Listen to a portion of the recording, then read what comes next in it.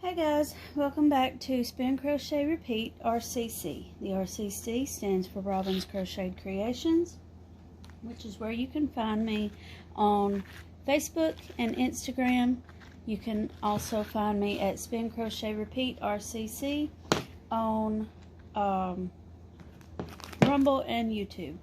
So I have got some angora bunny fiber that I've been commissioned to spin and crochet, and so I got online and did some research on it, on just kind of what to expect. It is a very delicate fiber, it's a very soft fiber, very fine micron, so it also it can be a little tricky to work with because it also doesn't have the scales on it like wool has, so it sometimes has trouble sticking together. Most people, from what I saw, spin from the cloud, which means they just take a handful of fiber and get started with one end and just go with it. I tried that with my wheel and it did not work because the fibers are so short. Some of these are maybe only a ½ inch to an inch long. So what I ended up doing is creating a blending board. Now these are made from, it's just an old cutting board that I had. The handle broke off each end and it's broken over here, so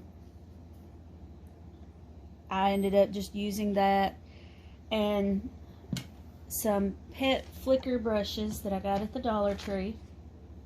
I had these all ready with plans to build a blending board and just hadn't got to it yet. So I used some snips, not just scissors but some heavier duty snips, and broke this plastic casing and took out the little pads that have the tines in them. My husband helped me to overlap them and nail them down because I needed, you could probably do it on your own. I am not coordinated a lot of times, so I needed help and he helped to get this finished. I ended up using 12. Had I scooted them this way, I might could have added another row.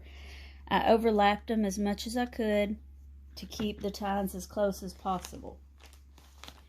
And then I'll use an extra one to brush it down into the tines and get it a little more organized. With longer fibers, this might go a little easier, but because these fibers are short, it takes a little more work, but I mean, it's okay. I'm willing to do the work, and it's working. So I have the tines facing, like pointing away from me, and I'm just pressing the fiber into the tines, trying to get even coverage. And now I'm going to, let's see, these tines are going that way. These tines will be coming back this way. And then I'm going to comb over it and then brush it while gently pressing back down into the tines. I'll do that a couple of times just to make sure that they're incorporated well with one another. I don't want them perfectly straight the way that combed top would be, combed fiber that lines up the fibers all together. Because they are so short, they would just come apart. But with them kind of crisscrossed and curled into one another, it's going to help them to hold on to each other. So I've got two colors of angora fiber here. So I'm just going to do the same and create another layer. And this, I highly suggest not doing this in a room where there is a strong wind current. I would not suggest, you might could do it outside, but not if there's a lot of wind blowing, because it is a very, very much flyaway fiber. It is very light, and if my speech sounded kind of garbled earlier, it's because it feels like it is attached all over my face and feels like it's going up my nose. So I'm going to put that layer down, and just repeat the process that I did earlier. Doing this can help find any trash that might be stuck in the wool. Typically, angora does not need to be washed first. Most people will keep them very clean and in much cleaner conditions than a sheep or a goat. Alright, so because I've got overlappings here, this is just what I've found from trial and error. I'm actually going to go in between the spaces and just lift up a little bit, because I was having a lot of leftovers stuck down in between. And these are just a couple of little bamboo skewers. We bought a pack for just random little things. We use them to roast marshmallows sometimes, and they're actually quite useful when it comes to spinning. So I'm going to kind of fluff up this top layer here. I'm going to put one under it, and I'm going to offset one on top of it so that it holds it in place. Now you're going to need to spin rather tightly. I'm going to brace this against my knee so I can pull just a little bit, and it will help to comb out any clumps that might be in the fiber, and it will also help comb them together even more. Now pull gently but firmly, or else you might end up pulling away from what you're trying to keep together.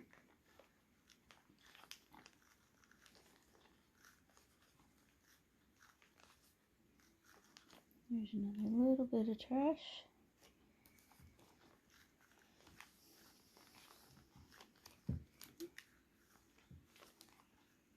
You could use this for wool, longer fibers, of course. With longer fibers, you could use wooden dowels, bigger skewers, but because these were so small, I figured I'd start out with the smallest thing that I had, and then go from there. And this is working, so if it ain't broke, we ain't gonna fix it.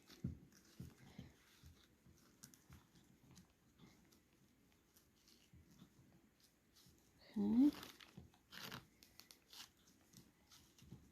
And again, trial and error, I have learned to kind of press this against the tines, especially here at the end. And because I have a gap here in the middle with no tines, move it almost side to side so that it gets that combing evenly across it. So, and then I'm going to press it down.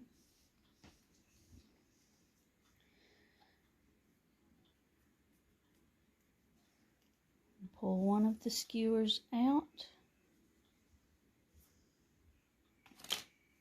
in the and pull the other one out, and here we have a rolag of angora bunny fiber. It's rather compact, it's rather firm, but because these are very short, I have to be very careful when drafting. I'm also having to use a spindle rather than spinning wheel, so that I can control the speed of it. I'm doing a lot of park and draft, so and letting the tension build up,